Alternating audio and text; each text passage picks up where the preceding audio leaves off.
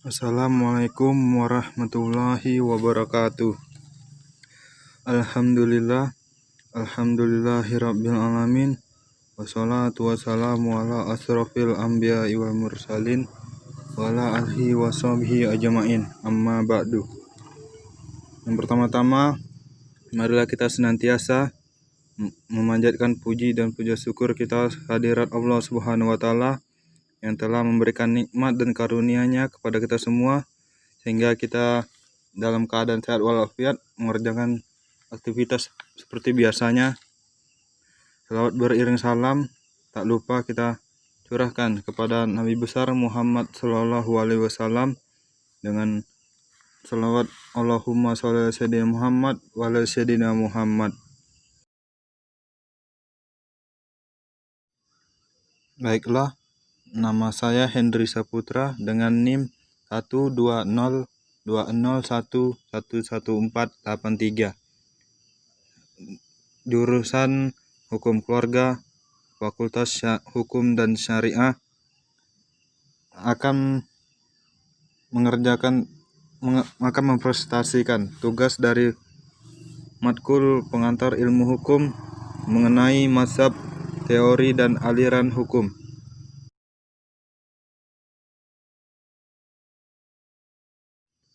Mazhab, teori dan aliran hukum. Teori hukum adalah ilmu pengetahuan mengenai hukum yang berlaku, bukan mengenai hukum yang seharusnya. Teori hukum adalah sesuatu yang mengarah kepada analisis teoritik secara sistematis terhadap sifat-sifat dasar hukum, aturan-aturan hukum, dan institusi hukum secara umum. Terdapat beberapa perbedaan antara para ahli mengenai teori hukum, tetapi secara umum dapat ditarik kesimpulan bahwa teori hukum berbicara mengenai hal-hal yang berkaitan dengan konsepsi-konsepsi hukum, prinsip-prinsip hukum, aliran-aliran atau pemikiran dalam hukum. Teori hukum memiliki pengaruh terhadap konstruksi hukum tentang bagaimana penggambaran hukum yang ideal das solent dan bagaimana keterkaitannya dengan hukum di dunia nyata atau berdasarkan penerapan das sein. Teori hukum ada 7 bagian. Yang pertama,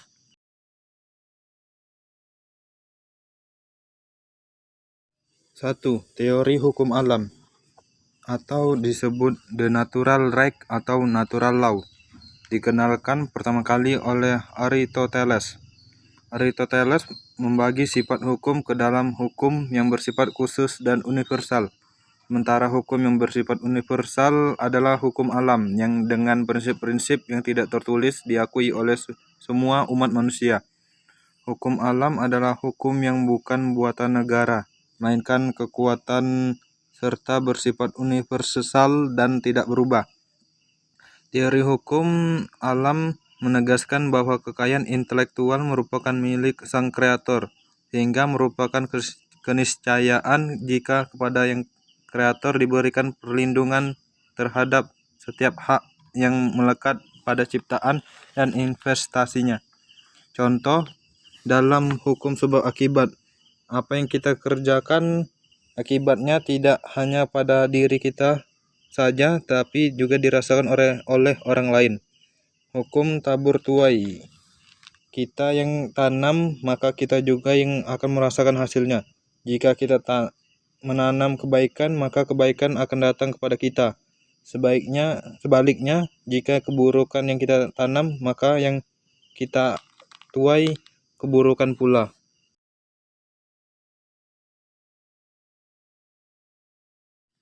Dua, teori sejarah.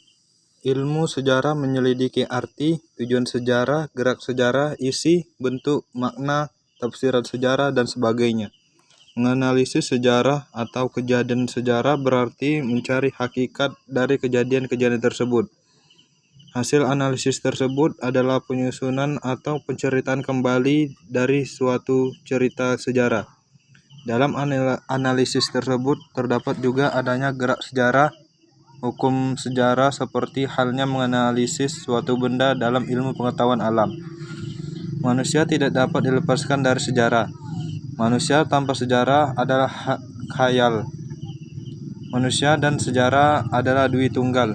Manusia adalah subjek dan objeknya sejarah.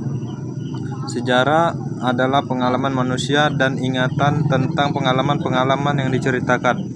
Sejarah memang luas artinya, yaitu pengalaman manusia yang dihimpun sejak zaman purbakala. Manusia tidak dapat dilepas dari sejarah dan melepaskan diri dari sejarah. Manusia dibentuk oleh sejarah dan manusia membentuk sejarah. Manusia adalah ciptaan sejarah dan ia mempunyai batas kemungkinan untuk menciptakan sejarah baru. 3. Teori teokrasi. Teokrasi adalah bentuk pemerintahan di mana prinsip-prinsip ilahi memegang peran utama. Kata teokrasi berasal dari bahasa Yunani theokratia. Theos artinya Tuhan dan kratin memerintah. Teokrasi adalah sistem pemerintahan yang menjunjung dan berpedoman pada prinsip ilahi. Teokrasi merupakan sebuah sistem politik yang pada praktik menjalankan pemerintahannya berpegang pada kedaulatan Tuhan. Secara fundamental, teokrasi memang dititik beratkan pada wakil Tuhan dan pemimpin umat. Namun pada zaman sekarang, teokrasi yang murni sudah jarang, atau bahkan tidak ada negara yang menerapkan sistem politik tersebut. Negara Vatikan dan Republik Islam Iran memiliki sistem teokrasi dengan jenis teokrasinya masing-masing.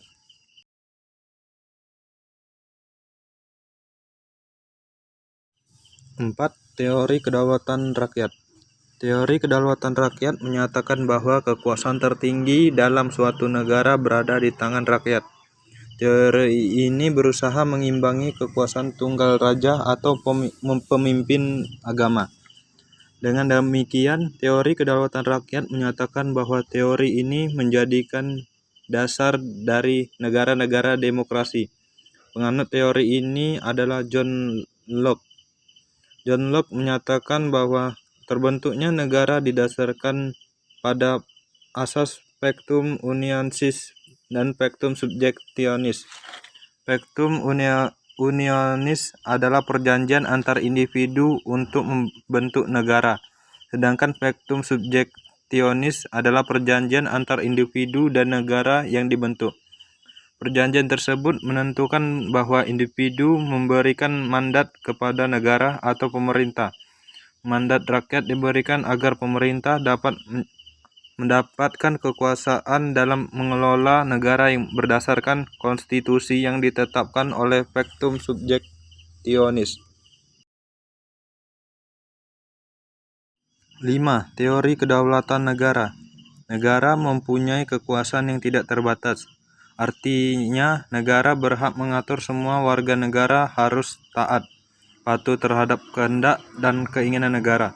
Negara mempunyai kekuasaan tertinggi yang berasal dari negara itu sendiri. Negara mempunyai kekuasaan yang tidak terbatas. Artinya, negara berhak mengatur semua warga negara dengan harus taat, patuh, dan terhadap kehendak dan keinginan negara. Negara mempunyai kekuasaan tertinggi yang berasal dari negara itu sendiri. 6. Teori kedaulatan hukum. Kedaulatan hukum adalah kedaulatan yang berasal dari hukum yang berlaku di suatu negara. Hukum yaitu pernyataan yang timbul dari kesadaran manusia, dan hukum merupakan sumber kedaulatan. Hukum merupakan kekuasaan yang derajatnya lebih tinggi. Maka negara, pemerintah, pengadilan, dan rakyat seluruhnya harus tunduk terhadap hukum. Hukum di atas segalanya. Hukum dipandang sebagai sumber dari segala sumber kekuasaan dalam negara. Negara harus sebagai organisasi sosial yang tunduk kepada hukum. Kekuasaan negara harus berpijak berlandaskan hukum. Maksudnya kekuasaan yang dimiliki oleh pemerintah itu didapat atau diatur oleh hukum yang berlaku di negara itu, sehingga kekuasaan itu sah berdasarkan hukum yang berlaku. Hukum harus dijunjung tinggi oleh segenap warga negara dan pemerintah, maka semuanya harus menghormati dan mematuhi hukum yang berlaku. Pelanggaran hukum harus dikenakan sanksi tanpa kecuali. 7. Teori keseimbangan. Teori ini berasumsi bahwa pada dasarnya manusia menyenangi perlakuan yang adil atau sebanding, berhubungan dengan kepuasan relasional dalam hal persepsi distribusi yang adil atau tidak adil dari sumber daya dalam hubungan interpersonal. Ketika kita mengalami ketegangan psikologis atau bila tingkat stres kerja meningkat, kita termotivasi ke dalam tindakan untuk membangun kembali keseimbangan. Adams mengembangkannya lebih lanjut dengan fokus terhadap sisi keadilan antar individu dalam organisasi. Teori keseimbangan berfokus pada rasio input-output dalam organisasi. Input diwakili oleh kontribusi kita terhadap organisasi. Output segala sesuatu yang kita terima dari organisasi. Teori ini mengasumsikan bahwa ketika kita terlibat dalam hubungan pertukaran dengan organisasi dan mengevaluasi keadilan dari apa yang kita dapatkan dari pertukaran ini dengan membandingkan rasio input-output kita sendiri dengan yang lain, untuk menentukan apakah kita dibayar kurang atau dibayar lebih. Menurut Adams, ketidakadilan menciptakan ketegangan sebanding dengan ketidakseimbangan. Ini adalah ketegangan yang memotivasi individu untuk mengurangi kesenjangan tersebut. Akibatnya, semakin tinggi perasaan ketidakadilan, semakin kuat motivasi untuk mengurangi itu. Aliran hukum ada 4. Yang pertama, aliran positivisme hukum. Positivisme adalah suatu aliran dalam filsafat hukum yang beranggapan bahwa teori hukum itu hanya bersangkut paut dengan hukum positif saja. Ilmu hukum tidak membahas apakah hukum positif itu baik atau buruk dan tidak pula membahas soal efektivitas hukum dalam masyarakat. Sesungguhnya positivisme hukum merupakan aliran pemikiran yang memperoleh pengaruh kuat dari ajaran positivisme pada umumnya. Oleh karenanya, pemahaman ajaran positivisme hukum merupakan norma positif dalam sistem peraturan perundang-undangan. Aliran hukum positif lahir sebagai sebuah unitesa dari teori hukum alam. Positivisme adalah suatu aliran filsafat yang menyatakan ilmu alam sebagai satu-satunya sumber pengetahuan yang benar dan menolak aktivitas yang berkenaan dengan metafisik. 2. Aliran hukum murni. Teori hukum murni dari Hans Kelsen merupakan bentuk pemberontakan terhadap ilmu hukum yang ideologis, yang hanya mengembangkan hukum sebagai alat pemerintahan dan negara totaliter. Teori ini juga dinilai sebagai penjelmaan dan pengembangan dari aliran positivisme yang menentang ajaran yang bersifat ideologis. Teori hukum murni ini menghendaki hukum harus dibersihkan dari unsur-unsur yang tidak yuridis seperti etis, sosiologis, politis, dan sejarah. Dengan demikian, hukum adalah sebagaimananya, yaitu terdapat dalam berbagai peraturan yang ada. Oleh karena itu, yang dipermasalahkan bukanlah bagaimana hukum itu seharusnya, melainkan apa hukumnya. Hans Kelsen berpendapat bahwa satu-satunya objek penyelidikan ilmu pengetahuan hukum adalah sifat normatifnya. Ini berarti hukum berada dalam dunia solen yang seharusnya menurut hukum, bukan dalam dunia sen, yaitu kenyataan dalam masyarakat. Sebagai contoh, barang siapa yang membeli barang seharusnya solen membayar. Dikatakan seharusnya sebab tidak dipedulikan suka atau tidaknya, atau mampu atau tidaknya pembeli akan kewajibannya membayar itu. Jadi solen itu sama sekali terlepas dari sen. Yang ketiga, aliran sosiologis. Sociology of Law adalah sosiologi tentang hukum yang merupakan cabang sosiologi dengan melihat bahwa hukum merupakan bagian dari masyarakat yang ada. hukum menjadi variabel dalam masyarakat bersama-sama dengan variabel lainnya. Yang keempat, aliran realisme hukum. Aliran realisme selalu menekankan pada hakikatnya manusia dari tindakan tersebut. Holmes mengatakan bahwa kewajiban hukum hanyalah merupakan suatu dugaan bahwa apabila seorang berbuat atau tidak berbuat, maka tidak akan menderita sesuai dengan keputusan suatu pengadilan. Dengan demikian, realisme hukum lebih menekan pada hukum sebagaimana adanya daripada hukum sebagaimana mestinya.